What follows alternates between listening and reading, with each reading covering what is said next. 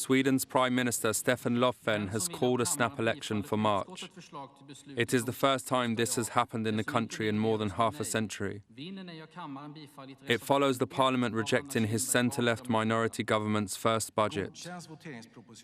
Löfven's coalition of Social Democrats and Greens is widely viewed as the weakest administration in decades. It was seen at risk of defeat on the budget if the anti-immigration Sweden Democrats voted with the main opposition.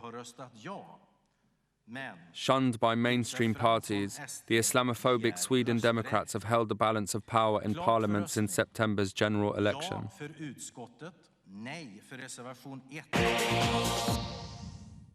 Well, joining us on the line to discuss the situation in Sweden is John Antonsson, who's the acting editor of the Social Democrats magazine Freedom. Welcome to the show, John. So let's see if we've got this right, that a centre-left government has now been brought down essentially by a party that has far-right affiliations. Is that it? Yeah, actually it is, because in one way it's a technical question, because earlier they didn't vote at all when their own budget fell. But this time they voted for the conservative liberal budget. So the prime minister had three choices actually. He could call for a new election. He could rule with the conservative budget, or he could abstain and try to build a new government, but without the Greens, maybe.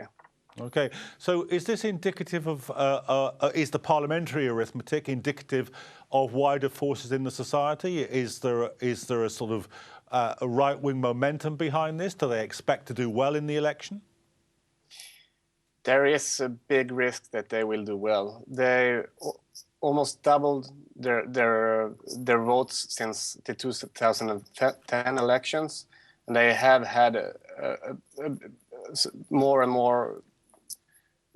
They were seen more and more as a real force in politics, but I'm not really sure if they will have this, because, you know, they came from the right-wing extremist movement, but they tried to be more and more a serious party. They talked about pensions for the old, they talked about healthcare and so on, but now it all came down to one question, and it was immigration. And they said not only to vote down any social democratic government, but the right-wing party said, that the right-wing extremist party, Sweden Democrats, said that they would vote down any budget and any government who will give rise to more immigration.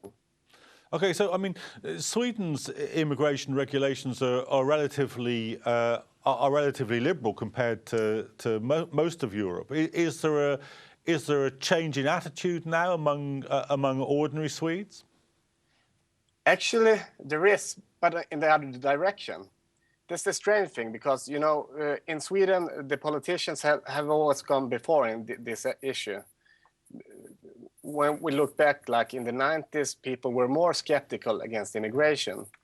But now we see a trend. We have a SOM Institute that measures the attitudes from ordinary Swedes, and we see from each year, since the 20th century, people have become more and more positive to immigration rather than the other way around. But still, there is almost 50% of the people don't want more immigration. The attitude is changing for the more positive side rather than the other way around. So will the general election be fought on this issue, or primarily on this issue? I mean, in Britain, there's a lot of talk in the media about this. It's a big political question, immigration. But when you ask people what they're going to vote on in the elections, it comes perhaps third or fourth in their list of priorities. Yeah, actually it's the same in Sweden. I believe that immigration is at 0.8 or something like that, even for some of the voters for the Sweden Democrats.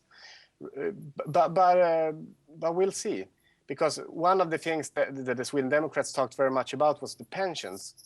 But right now, the Social Democratic government's budget fell due to the Sweden Democrats, and they had an idea of more. The Social Democrats' budgets had one of the things there was that they were to lower the pensions.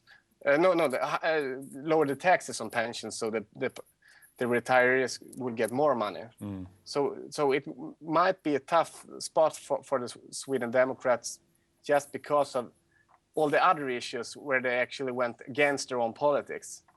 And we've heard that the government was a weak government. So has the decision to force them into a snap general election, is that a popular political move, or are people saying we didn't need to go here, we didn't need a general election, they shouldn't have done this? How is that playing out? Yeah, it's kind of early to say. It's been like just 24 hours since we got to know it. But when looking around and looking at some of the snap polls that came up, I'm not so sure, because we had it has been a weak government in some ways when it comes to the percentage. But looking at Sweden historically, we have almost never had majority governments. We had one from 2006 to 2010, and I believe we haven't had one before that since maybe 40 years ago. Rather, the old way to do politics in Sweden is that people negotiate and agree. The Social Democrats have earlier made lots of agreements with the Liberals and the Centre Party. But right now, since 2006, all the parties from the center to the right has had an alliance when they put a budget together before the election, or the idea for the budget before the election. So it's been very hard for the Prime Minister to negotiate just because of that. And also, the Centre Party and the Liberal Party have made quite a big move to the right. The leader for the Centre Party, Annie Lööf, she said that her favorite author is Ayn Rand, and one of her most favorite politicians is Margaret Thatcher. And that's the Centre Party. John, just one last question. In the immigration debate, how much of a role does the question of Islamophobia play? I mean, in Britain, those two arguments tend to go pretty much hand in hand, or to run at the same time in the public mind. How big an element of the immigration debate is the question of Islamic extremism and so forth and so on? Yeah, that's an interesting question, because you see, the immigration debate in Sweden takes place in many different areas because of the extreme roots of the Sweden Democrats. It took quite a while for them to be seen, to be heard in ordinary media. So they built kind of an own media outlet. They have a few web pages with quite a lot of readers, where they make their own news. And in that part of the internet and that part of the news, Islamophobia is huge and quite creepy. But when it comes to the debates on TV and in the newspapers, these kinds of prejudice doesn't take too much place.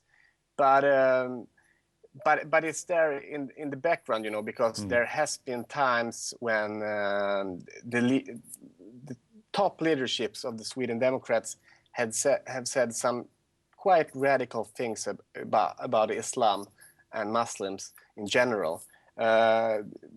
One of the leaders of the Sweden Democrats said that Islam is the greatest threat to our civilization since Adolf Hitler.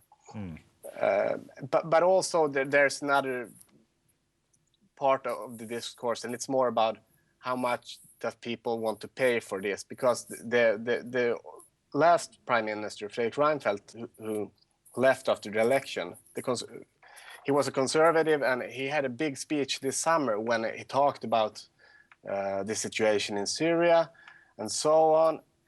And he said that there's going to come a lot of refugees here, and he told the people that he won't be able to spend that much on public health and so on, because we got to help these people. And we call it the open your hearts speech. Okay, but the problem here, yeah.